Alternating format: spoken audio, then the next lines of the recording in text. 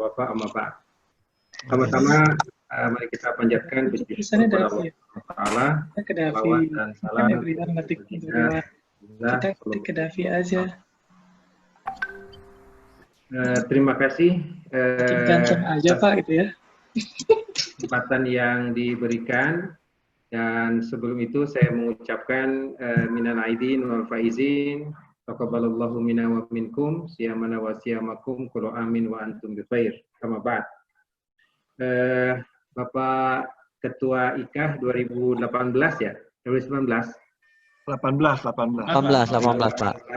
Demikian juga segenap pengurus yang dibanggakan, Pak Prana dan keluarga besar Tazkiyah. Alhamdulillah kita bisa berkumpul setelah cukup lama tidak bersua. Ini juga mungkin pertemuan lewat online. Mudah-mudahan walaupun jauh secara fisik, tapi secara hati kita lebih dekat lagi, insya Allah.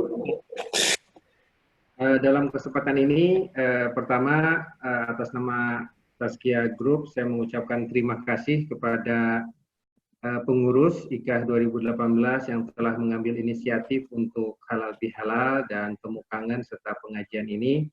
Mudah-mudahan semua effort yang sudah dilakukan dibalas dengan pahala yang berlipat ganda di sisi Allah Subhanahu wa taala. Amin. Yang kedua, tentang sedikit mungkin tentang halal bihalal dan Syawal. Nanti mungkin insya Allah detailnya oleh guru kita bersama Pak Samsudin Qadri yang akan menyampaikan materinya. Assalamualaikum Ustadz, kalau sudah ada di sana. Belum lebaran juga nih sama Ustadz Qadri. Waalaikumsalam Pak Haji. Waalaikumsalam warahmatullahi wabarakatuh. Ustadz sekarang jadi Ustadz digital ini, mana-mana muncul. Ustadz virtual. Ustadz virtual, ada di dunia maya. Mayanya kemana-mana tuh mayanya. Beda dikit sama malaikat dan jin itu. Baik, halal bihalal itu sesungguhnya istilah baru yang ada di Indonesia. Dahulu dikemukakan pertama kali zaman Mataram ketika Sunan Sambernyawa itu menyapa rakyatnya setelah Idul Fitri pakai pakaian kebesaran, kemudian meminta para pembesar-pembesar di Kesultanan untuk hadir. Nah, kemudian tradisi ini bersambung pada zaman Pak Presiden pertama kita, Pak Soekarno, yang berkonsultasi dengan pimpinan NU saat itu, Pak Wahab Hasbullah, bagaimana jikalau beliau ingin berkomunikasi dengan para tokoh masyarakat, pimpinan setelah Lebaran. Nah, kemudian Pak Wahab Hasbullah, Haji Wasabullah menyatakan, kita lakukan saja satu acara namanya halalun bihalalin. Saling menghalalkan sehingga kita saling memaafkan. Memang tradisi ini tidak ada di Timur Tengah. Cuman kalau dari sisi makna itu sangat-sangat luar biasa, bagus sekali. Ada diriwayatkan oleh Jubair Ansar, berkata Abdurrahman bin Auf bahwa kan ashabu Rasulullah SAW fi yaumil id yaqulu ba'duhum li ba'd taqabbalallahu minna wa minka. Dikatakan oleh Abdurrahman bin Auf bahwa para sahabat Rasulullah SAW jikalau sudah pada hari Idul Fitri beliau mengatakan taqabbalallahu minna wa minkum. Nah, taqabbalallahu minna wa minkum kemudian menyertai proses halal bihalal ini dengan ucapan yang khas ala Indonesia dan ala Asia Tenggara, minal a'idin wal faizin. Semoga kita kembali kepada fitrah wal faizin dan termasuk orang-orang yang menang. Qulu amin wa antum bi khair. Mudah-mudahan setiap tahun kita dalam kebaikan. Salah satu hikmah yang kita harus dapatkan dari halal bihalal ini adalah the power of silaturahim. Kekuatan untuk menjalin kembali silaturahim, kekuatan untuk membangun keharmonisan di sosial network kita. Nah, ini sangat-sangat tepat sekali kita harus membangun silaturahim. Karena Masya Allah silaturahim itu memiliki dua dampak. Seperti dalam hadis sahih, man ahabba an yubsata lahu fi rizkihi wa yunasa'alahu fi nasabihi falyasir rahimah. Barang siapa ingin dilapangkan rezekinya dan barang siapa ingin dipanjangkan umurnya, maka sambungkanlah silaturahim. Hadis ini sangat luar biasa, mengatakan bahwa silaturahim memiliki dua dampak. Pertama, dampak secara umur, dan yang kedua dampak secara keuangan. Mungkin saya bahas dulu secara rezeki ya. Memang kalau dilihat secara rezeki, orang yang menjalin silaturahim itu akan ditambahkan rezekinya, karena memang semakin banyak database yang kita miliki, semakin banyak orang yang kita kunjungi, semakin banyak keluarga yang kita datangi, otomatis customer base kita akan tambah banyak. Yang dahulu sudah lupa, sekarang ingat lagi. Yang dahulu renggang, sekarang dekat lagi. Yang dahulu tidak oke sama kita, ternyata sekarang menjadi oke. Yang dahulu belum kenal, sekarang masuk dalam database kita. Otomatis ketika kita akan membroadcast lewat WhatsApp, lewat Twitter, lewat Facebook, lewat sosial media, customer base kita jadi tambah banyak. Jadi potensial buyer itu akan tambah banyak, potensial revenue akan tambah banyak. Otomatis potensial income juga tambah banyak. Masya Allah. Jadi dengan adanya silaturahim itu, potensi rezeki kita akan bertambah. Insya Allah. Dan demikian juga dengan potensi rezeki, bukan hanya saja dari sisi customer, tapi juga dari sisi financer, orang yang bisa membiayai kita. Demikian juga dari sisi strategic partner, orang yang bisa menjadi partner bisnis kita. Demikian juga dari sisi supplier of commodity, orang yang bisa mensupply kita. Bahkan tidak jarang ternyata kita bersilaturahim dengan teman-teman yang notaris, teman-teman yang bisa membantu dari sisi IPO. Masya Allah, ada teman-teman yang ada di Pemda, teman-teman yang ada di kementerian, di BUMN. Jadi akhirnya bisnis kita itu dengan silaturahim jadi tambah banyak opportunity untuk membangunnya.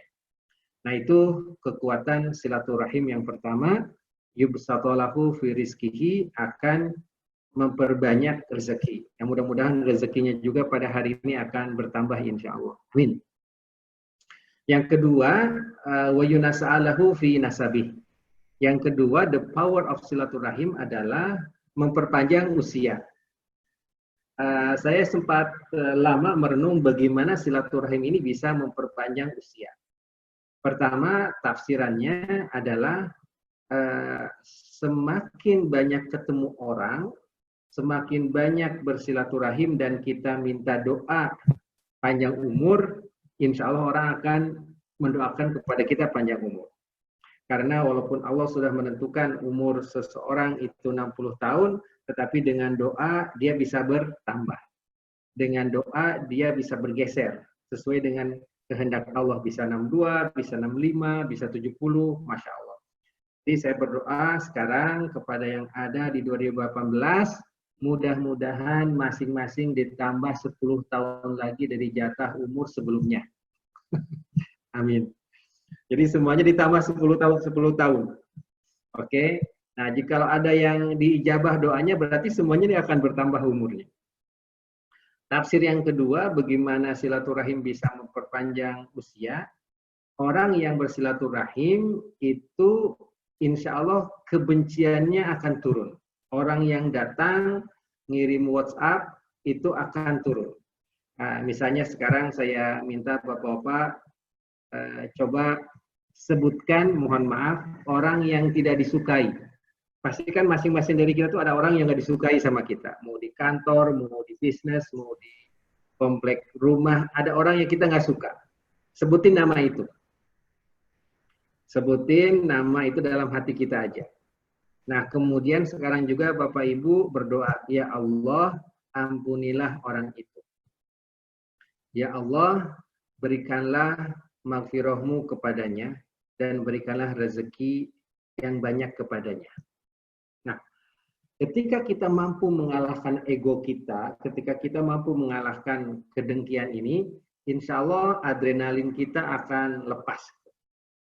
Nah, insya Allah semakin kita tidak memiliki musuh, semakin kita tidak cepat marah, semakin kita banyak kenalan, semakin kita banyak network, insya Allah tingkat stres kita akan turun juga.